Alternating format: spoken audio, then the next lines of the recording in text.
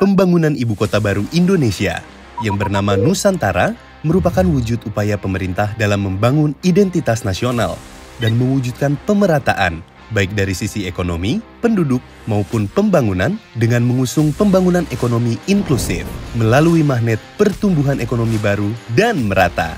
Ibu kota Nusantara dibangun dengan standar yang tinggi, berkualitas, adaptif, inovatif, berkesetaraan gender, berkeadilan, berkelanjutan, dan bermartabat. Prinsip dasar pembangunan ibu kota Nusantara memadukan konsep Forest City, Smart City, dan Spons City.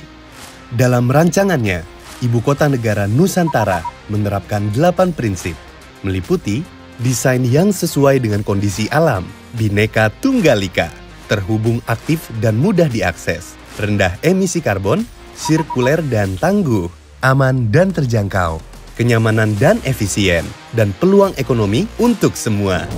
Sebagai salah satu pelaksana pembangunan ibu kota Nusantara, Kementerian Pekerjaan Umum dan Perumahan Rakyat atau PUPR memiliki strategi dalam menjalankan kegiatan pembangunan IKN. Di antaranya, prinsip tata kelola pembangunan di IKN harus tepat waktu, tepat mutu, tepat biaya, tepat manfaat, sasaran, tepat administrasi, dan tepat kuantitas.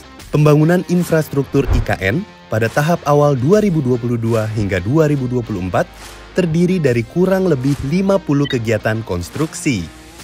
Tahap pertama meliputi penyediaan hunian pekerja konstruksi dan pembangunan kawasan inti pusat pemerintahan atau disebut juga KIPP. Kementerian Pekerjaan Umum dan Perumahan Rakyat membangun hunian sebanyak 22 tower untuk para pekerja konstruksi, sehingga mereka mendapat tempat hunian yang layak dan juga bersih. Fasilitas rumah untuk para pekerja ini dapat menampung hingga 16.000 pekerja konstruksi. Selain itu, Kementerian PUPR juga mempercepat pembangunan kawasan inti pusat pemerintahan atau KIPP yang nantinya akan dibangun infrastruktur untuk memfasilitasi urusan kepemerintahan seperti Istana Negara, kantor kementerian, atau lembaga serta pusat administrasi kenegaraan. Pembangunan kawasan pemerintahan ini sangat penting untuk melayani kebutuhan warga negara atau masyarakat. Kementerian PUPR juga bertanggung jawab dalam penyediaan air baku untuk menjamin ketersediaan air bersih bagi penduduk IKN dan sekitarnya melalui pembangunan bendungan Sepaku Semoy dan intake Sepaku Semoy. Fungsi dari pembangunan bendungan ini selain untuk penyediaan air baku yang nantinya dapat diolah menjadi air minum bagi penduduk yang tinggal di IKN dan sekitarnya, juga berfungsi sebagai pengendali banjir dan tempat wisata bagi warga lokal.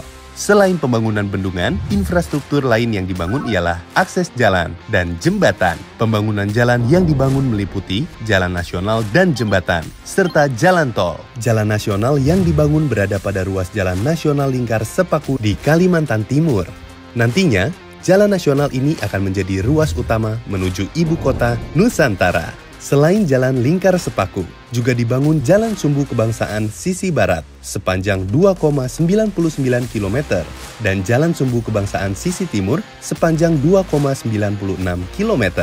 Untuk pembangunan jalan tol terbagi menjadi 3 segmen, yakni segmen 3A Karangjoang KKT Karyangau sepanjang 13,4 km, segmen 3B KKT Karyangau Simpang Tempadung sepanjang 7,32 km, dan segmen 5A, Simpang Tempadung hingga Jembatan Pulau Balang sepanjang 6,67 km. Nantinya, infrastruktur jalan tol yang akan terhubung dengan Jalan Tol Balikpapan Samarinda atau disebut Balsam akan mempersingkat jarak tempuh dari Balikpapan menuju kawasan inti IKN, serta mampu meningkatkan mobilitas pengiriman logistik sehingga pertumbuhan ekonomi di wilayah terpencil akan semakin pesat. Kini, pemerintah tengah gencar dalam mempercepat penyelesaian proyek pembangunan Ibu Kota Negara Nusantara. Ibu Kota Negara Nusantara diproyeksikan sebagai super hub untuk klaster ekonomi, pendidikan, smart city, dan pusat industri.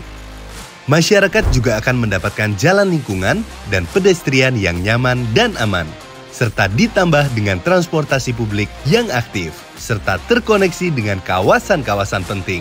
Pembangunan IKN Nusantara diharapkan dapat menjadi kota yang berkelanjutan dan berketahanan, serta dapat memberi dampak pertumbuhan ekonomi yang merata untuk masyarakat sesuai visi Indonesia tahun 2045.